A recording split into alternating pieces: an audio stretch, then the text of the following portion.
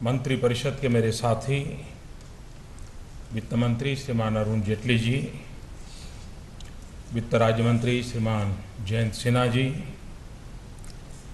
RBI के governor doctor Raghuram Rajan ji, वित्त सचिव श्रीमान राजीव महर्षि जी, डॉक्टर हसमुख अढ़िया जी, सीएमडी सिडबी, उपस्थित सभी महानुभाव,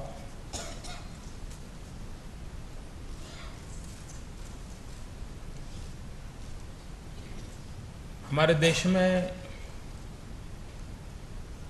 एक अनुभव ये आता है कि बहुत सी चीज़ें परसेप्शन के आसपास मंडराती रहती हैं और जब बारीकी से उसकी ओर देखें तो चित्र कुछ और ही नज़र आता है। जैसे एक सामान्य व्यक्ति को पूछो तो उसको लगेगा कि भाई ये जो बड़े बड़े उद्योग हैं, बड़े बड़े उद्योग घराने हैं, उससे रोजगार ज़्यादा मिलता है। लेकिन अगर बारीकी से देखें तो चित्र कुछ और होता है। जितने इतनी ज़्यादा पूंजी लगी है, इतने सारे तामझाम, हवाबाजी, ये सब हम देखते आए हैं। लेकिन अगर जब बारीकी से देखें, क्योंकि अल्टीमेटली हम विकास में रोजगार हमारी प्राथमिकता है और भारत जैसा देश जिसके पास डेमोग्राफिक डिविडेंड हो, जहां पर 65% जनसंख्या 35 से कम आयु की हो, उस देश ने अपनी विकास की जो भी नीतियां बनानी हो, उसके केंद्र में ये युवा शक्ति होनी चाहिए। अगर वो बराबर मैच कर लिया तो हम नई ऊंचाइयों को पार कर सकते हैं। ये जितने बड़े बड़े उद्योगों की हम चर्चा सुनते आए हैं, उसमें सिर्फ 1,25,00,000 लोगों को रोजगार मिलता है। 125 करोड़ देश में 1.25 करोड़ लोगों को रोजगार, ये जो बहुत बड़े बड़े लोगों जिनकी दुनिया में चर्चा रहती है, आधा अखबार जिनसे भरा पड़ा रहता है, वो देते हैं। लेकिन इस देश में छोटा छोटा काम करने वाला व्यक्ति करीब 5,70,00,000 लोग 12 करोड़ लोगों को रोजगार देते हैं।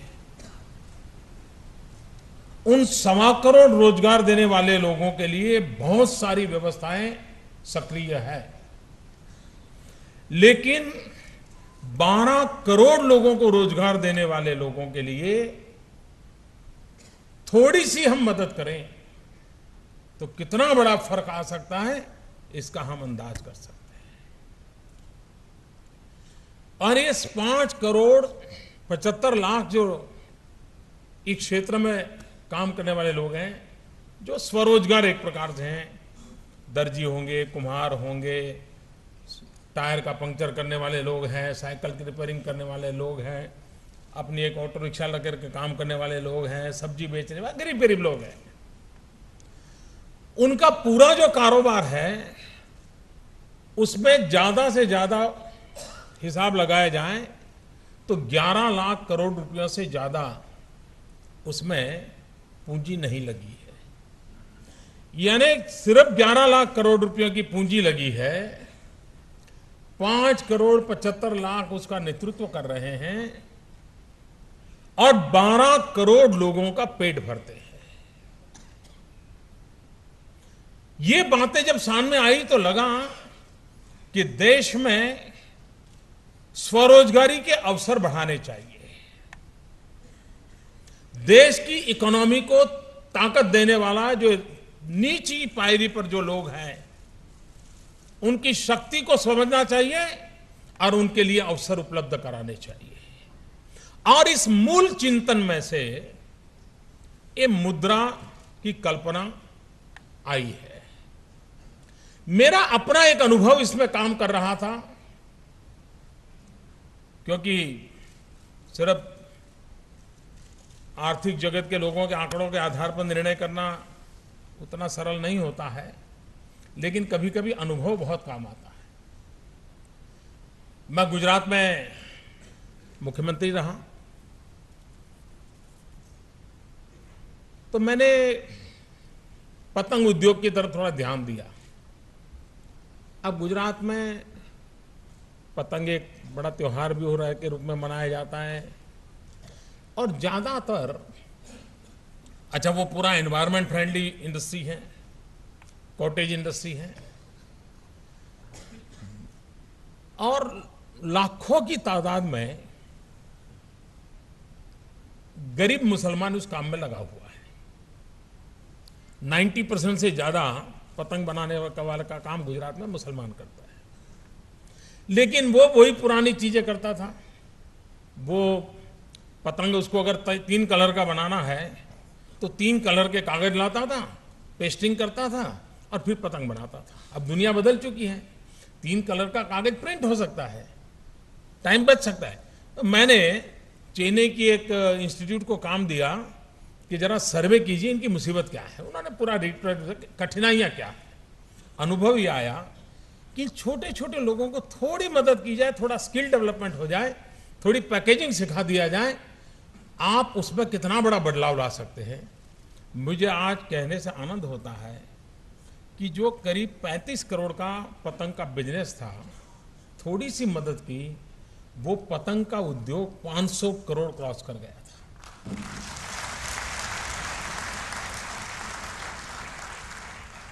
फिर मेरी उसमें जरा रुचि बढ़ने लगी तो मैं कई चीजें नई नई करने लगा। बांस वो लाते थे आसाम से। कारण क्या? तो पतंग में जिस बांस के पट्टी की जरूरत होती है वो साइज का बांस गुजरात में होता नहीं था। तो मैंने ये जेनेटिक इंजीनियरिंग वालों को पकड़ा। मैंने कहा बांस हमारे यहाँ ऐसा क्यों ना हो, 2 गांठ के बीच अंतर ज़्यादा हो, ताकि वो हमारा ही लोकल बांस का प्रोडक्ट उसको काम आ जाए। बांस वो बाहर से लाता है तो उसको फाइनेंस की व्यवस्था हो। फिर मैंने एडवर्टाइजिंग कंपनी को बुलाया। मैंने कहा जरा पतंग वालों से बैठो, पतंग के ऊपर कोई एडवर्टाइजिंग का काम हो सकता है क्या, उनकी कमाई बढ़ सकती है क्या। छोटी छोटी चीज़ों को इतना मैंने ध्यान दिया था और मुझे उतना आनंद आया था उस काम में। I am talking about 2003-2004। कहने का मेरा तात्पर्य था कि जो बिल्कुल उपेक्षित सा काम था उसमें थोड़ा ध्यान दिया गया, फाइनेंस की व्यवस्था की गई, उसने एक तेज गति से आगे बढ़ा। ये ताकत सब दूर है। आप देखिए, हर गांव में 2-4 मुसलमान बच्चे ऐसे होंगे, इतने इनोवेटिव होते हैं। टेक्नोलॉजी में ईश्वर दत्त उनको कृपा है, वो तुरंत चीजों को पकड़ लेते हैं। आप एक ताला उसको रिपेयर करने के दीजिए, दूसरे दिन वो ताला वैसा बना करके दे देगा। जिनके हाथों में ये परंपरागत कौशल्य है, ऐसे लोगों को अगर हम मदद करें और वो कुछ गिरवी रखे तब मिले, तो उसके बाद तो गिरवी रखने के लिए कुछ नहीं है सिवाय कि उसका ईमान। उसकी सबसे बड़ी पूंजी है उसका ईमान। ये गरीब इंसान की जो पूंजी है ईमान, उस पूंजी के साथ मुद्रा अपनी पूंजी जोड़ना चाहता है ताकि वो सफलता की पूंजी बन जाए, और उस दिशा में हम काम करना चाहते हैं। कुम्हार है, अब बिजली गांव में पहुंच गई है। वो भी चाहता है कि मैं मटकी बनाता हूं और चीजें बनाता हूं, लेकिन अगर इलेक्ट्रिक मोटर लग जाए तो मेरा काम तेज हो जाएगा। लेकिन इलेक्ट्रिक मोटर खरीदने के लिए पैसा नहीं है। बैंक के लिए इनके पास उतना समय भी नहीं है और उतना नेटवर्क भी नहीं है। लेकिन मैं आज यहां बैंक के बड़े बड़े लोग बैठे हैं, मेरे शब्द लिख करके रखिए। 1 साल के बाद बैंक वाले क्यों लगाएंगे मुद्रा वालों के यहां और कहेंगे भाई 50 लाख हमको क्लाइंट दे दीजिए। क्योंकि आप देखिए, प्रधानमंत्री जनधन योजना में हिंदुस्तान की बैंक सेक्टर ने जो काम किया है, मैं जितना अभिनंदन करूं उतना कम है जी। जितना अभिनंदन करूं उतना कम है। कोई सोच नहीं सकता, क्योंकि बैंक के संबंध में सोच बनी हुई थी कि भाई बैंक यानी इस दायरे से नीचे नहीं जा सकती। उन बैंक के लोगों ने गर्मी के दिनों में गांव गांव घर घर जाकर के गरीब की झोपड़ी में जाकर के उसको देश की फाइनेंस की मेन स्ट्रीम में लाने का प्रयास किया और इस देश के 14 करोड़ लोगों को 14 करोड़ लोगों को बैंक खाते से जोड़ दिया। ये ताकत हमने अनुभव की है, तो उसका ये अलग एक नया स्टेप है। आज वैसे एक और भी अवसर है, सिडबी का रजत जयंती वर्ष है। सिडबी 25 साल की उम्र हो गई और मूलतः सिडबी का कारोबार इसी काम से शुरू हुआ था, छोटे छोटे लोगों को। लेकिन जितनी तेजी से, क्योंकि भारत देश रिथमेटिक वे में प्रोग्रेस करे तो अपेक्षाएं पूरी नहीं होगी। हमने उस रिदम से बदल करके जंप लगाने की जरूरत है, हमने दायरा बढ़ाने की जरूरत है, हमने अधिक लोगों को इसके अंदर जोड़ने की आवश्यकता है और सामान्य मानवीय का अपना अनुभव है। आप देखें हिंदुस्तान में जहां पे विमेन सेल्फ हेल्प ग्रुप चलते हैं, पैसों के विषय में शायद ऐसी ईमानदारी कहीं देखने को मिलेगी नहीं। उनको अगर 5 तारीख को पैसा जमा करवाना है तो 1 तारीख को जाके जमा करवा के दे आ जाते हैं। बचत हमारे यहां स्वभाव है, उसको और जरा ताकत देने की आवश्यकता है। हमारी परंपरागत वो शक्ति है। मुद्रा बैंक के माध्यम से व्यवसाय के क्षेत्र में, स्वरोजगार के क्षेत्र में, उद्योग के क्षेत्र में जो निचले तबके पर आर्थिक व्यवस्था में रहे हुए लोग हैं, वे हमारा सबसे बड़ा क्लाइंट, हमारा सबसे बड़ा टारगेट ग्रुप है। हम उसी पर फोकस करना चाहते हैं। इन 5 करोड़ 75 लाख जो छोटे व्यापारी हैं, और उनका एवरेज कर्ज कितना है? पूरे हिंदुस्तान में 11 लाख करोड़ की उनके पास पूंजी है टोटल पूरे देश में, कोई ज्यादा अमाउंट नहीं है वो। और एवरेज कर्ज निकाला जाए तो एक यूनिट का एवरेज कर्ज 17,000 है, सिर्फ 17,000, यानी कुछ नहीं है। अगर उसको 1 लाख के कर्ज की ताकत दे दी जाए और उसको इतना अगर जोड़ दिया जाए और ये 11 लाख करोड़ है वो 1 करोड़ तक अगर पहुंच जाए, हम कल्पना कर सकते हैं देश की इकोनॉमी को, जीडीपी को नीचे से ताकत देने का इतना बड़ा फोर्स जो कि कभी अनटैप था। और इसलिए जब हमने प्रधानमंत्री जनधन योजना लेकर के आए थे तब हमने कहा था बैंक नहीं, उसको बैंक से जोड़ेंगे।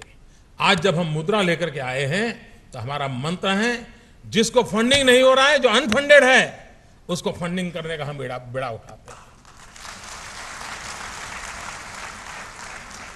ये एक ऐसी व्यवस्था है जिसमें शुरू के समय में सामान्य व्यक्ति जाएगा, ये संभव नहीं है, क्योंकि बेचारे को अनुभव बहुत खराब है। वो कहता है भाई मुझे तो साहूकार से ही पैसा लेना पड़ता है, 24% 30% इंटरेस्ट देना पड़ता है, मैं वही मुझे आदत हो गई है। वो विश्वास नहीं करेगा कि उसको इस प्रकार से ऋण मिल सकता है। हम ये एक नया विश्वास पैदा करना चाहते हैं कि आप देश के लिए काम कर रहे हो, आप देश के विकास के भागीदार हो, देश आपके लिए चिंता करने के लिए तैयार है। ये मैसेज मुझे देना, और ये मुद्रा के कंसेप्ट के द्वारा उसी दिशा में हम आगे बढ़ना चाहते हैं। हमारे देश में एग्रीकल्चर सेक्टर में वैल्यू एडिशन इतनी बड़ी संभावनाएं हैं,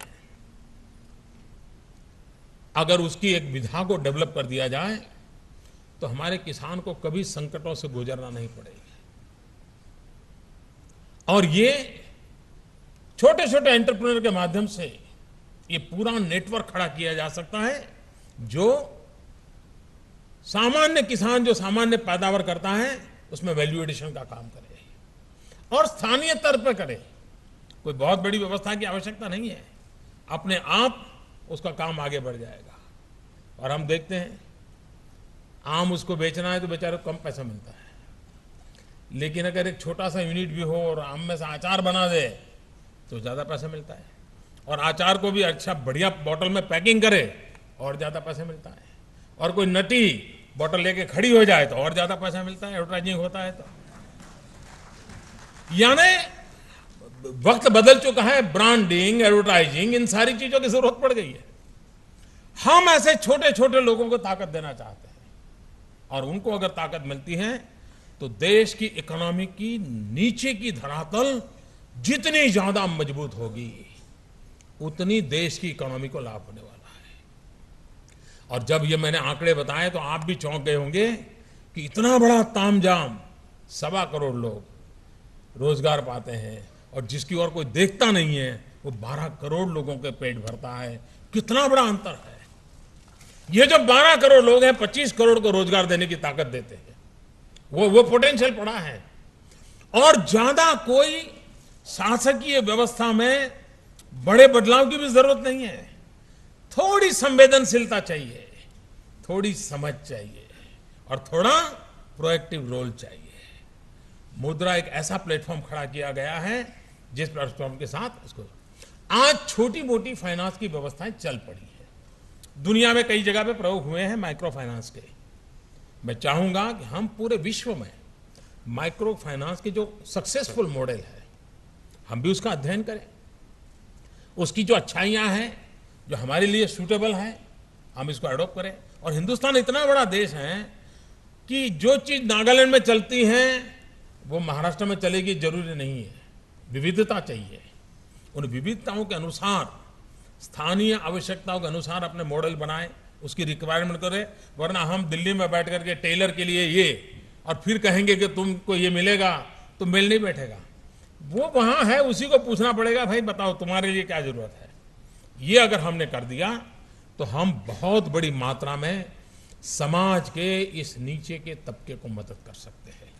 जिस प्रकार से सामान्य व्यक्ति की चिंता करना, ये हमारा प्रयास है। और आपने इस सरकार के एक एक कदम देखे होंगे, गतिशीलता तो आप देखते ही होंगे। वरना सामान्यतः देश में योजनाओं की घोषणा को ही काम माना जाता था, और आप रोज नई योजना की घोषणा करो तो अखबार के आधार पर देश को समझने वाले जो लोग हैं वो तो यही मानते हैं कि वहां बस देश बहुत आगे बढ़ गया, और 2-4 साल के बाद देखते हैं कि वहीं के वहीं रह गए। हमारी कोशिश है योजनाओं को धरती पर उतारना। प्रधानमंत्री जनधन योजना, ये सीधा सीधा दिखता है, पहली योजना। दुनिया में सबसे बड़ा कैश ट्रांसफर का काम गैस सब्सिडी में 13 करोड़ लोगों के गैस सब्सिडी, सिलेंडर की सब्सिडी सीधी उसके बैंक खाते में चली गई। यानी अगर एक बार निर्णय करे कि इस काम को पूरा करना है, और हर काम को आप देखिए, जब हमने 15 अगस्त को प्रधानमंत्री जनधन योजना की बात कही, करीब करीब 125 दिन के अंदर उस काम को पूरा कर दिया। जब हमने प्रधानमंत्री जनधन योजना के बाद हम आगे बढ़े, 100 दिन के भीतर भीतर हमने पहल का काम पूरा कर दिया। और आज जब बजट के अंदर घोषणा हुई, 50 दिन भी नहीं हुए हैं, आज योजना आपके सामने रख दी है और ये फंक्शनल होगी।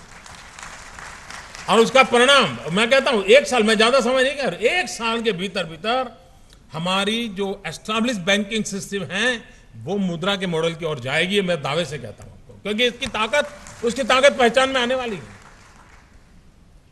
वे अपना एक लचीली बैंकिंग व्यवस्था खड़ी करेंगे। बहुत बड़ी ऑफिस चाहिए, एयर कंडीशन चाहिए, कोई जरूरत नहीं है। ऐसे बैरफुटेड बैंकर्स तैयार हो सकते हैं जो मुद्रा के मॉडल पर बड़ी बड़ी बैंकों का भी काम कर सकते हैं। आने वाले दिनों में कम से कम धन लगा करके भी ज्यादा से ज्यादा लोगों को रोजगार देने का काम इसके साथ सरलता से हो सकता है। और ये लोग जो संकट से गुजरते हैं, ब्याज के चक्कर में गरीब आदमी मर जाता है, उसको बचाना है और उसकी जो ताकत है उसके लिए अवसर देना है। उस अवसर की दिशा में काम कर रहे हैं। जिस प्रकार से देश में ये जो वर्ग है उसकी जितनी चिंता करते हैं, उतनी ही देश के किसान की चिंता करना उतना ही जरूरी है। किसी न किसी कारण से देश का किसान प्राकृतिक संकटों से जूझ रहा है। गत वर्ष वर्षा कम हुई, वर्षा कम होने के कारण वैसे ही किसान मुसीबत से गुजारा कर रहा था, और इस बार जितनी मात्रा में बेमौसमी वर्षा और ओले गिरना, इतनी तबाही हुई है किसान की। हमने मंत्रियों को भेजा था, खेतों में जाकर के किसानों से बात करके परिस्थिति का जायजा लिया। कल इन सारे मंत्रियों से मैंने डिटेल में रिपोर्ट ली थी, इन किसानों को हम क्या मदद कर सकते हैं। और मैंने पहले दिन कहा था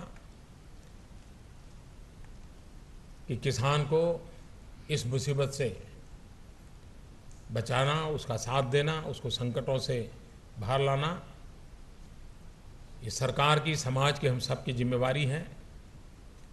और किसान की चिंता करना ये आवश्यक है। नेचुरल कैलेमिटी पहले भी आई है, लेकिन सरकार के जो पैरामीटर रहे हैं, उन पैरामीटर्स में आज के संकट में किसान को ज़्यादा मदद नहीं मिल सकती है। और इसलिए ये संकट की व्यापकता इतनी है, और उस समय है जबकि उसको फसल लेकर के बाजार में जाना था, एक प्रकार से उसके नोटों का बंडल ही जल गया, उस प्रकार का हम कह सकते हैं। इतना बड़ा उसके पूरा पसीना बहाया हुआ ये हालत हुई है।